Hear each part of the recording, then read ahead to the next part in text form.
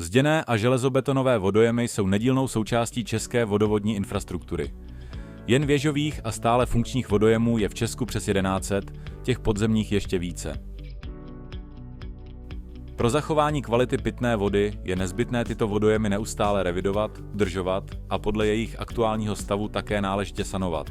Akumulační železobetonové komory se nejčastěji sanují speciálními hydroizolačními stěrkami, které musí vyhovovat nejpřísnějším hygienickým standardům pro styk s pitnou vodou. Hygiena však není jediným kritériem. V zájmu provozovatelů vodohospodářských objektů je dosáhnout takového sanačního opatření, které poskytne co nejdelší provozuschopnost rekonstruovaného vodojemu. Obvykle hovoříme až o desítkách let. Sanace akumulačních komor nejčastěji probíhá aplikací hydroizolačních malt a stěrek nástřikovým způsobem tlakovou pistolí a v několika krocích. Povrch betonu se nejprve opláchne čistou vodou. Poté se nanáší vlastní vrstva hydroizolační malty, v našem případě Vandex Unimortar 1. Takzvaná reprofilace se provádí nejprve ve vrstvě 8 mm pro hrubé srovnání a následně ve druhé vrstvě rovněž 8 mm. První vrstvu je třeba po zavadnutí zdrsnit, tedy vytvořit strukturu povrchu, aby druhá vrstva byla řádně zakotvena.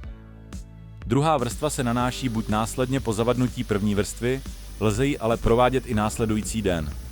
Vždy je třeba mít dostatečně navlhčený podklad. Pro stříkání byla použita tryska 12 mm.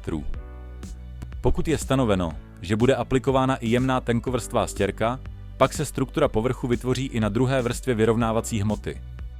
Jemná finální hydroizolační stěrka se nanáší rovněž stříkáním. Hmota Vandex BB75 je ideální právě pro aplikaci touto technikou na velké plochy. Před vlastním nanesením na zatvrdlý podklad z reprofilace Vandex Unimortar 1 je třeba plochu navlhčit. Pokud se nanáší finální stěrka Vandex BB75 ve dvou vrstvách, je třeba první vrstvu pročesat vhodným kartáčem pro vytvoření struktury povrchu. Finální druhá vrstva pak už jen vytváří vlastní optický vjem, kdy lze povrch buď zahladit hladítkem, nebo pomocí stříkací pistole vytvořit strukturu tzv. Pomerančové kůry. Určitě by neměly na povrchu být ostré výstupky nebo různě tvarované útvary, které by mohly napomáhat k tvorbě usazenin v podobě mechanických nečistot za dobu provozu. Důležité je následné ošetřování povrchu lehkým vlhčením po dobu 5 dnů, aby měla nová betonová vrstva dostatek vlhkosti a času pro svou hydrataci a vytvrzení.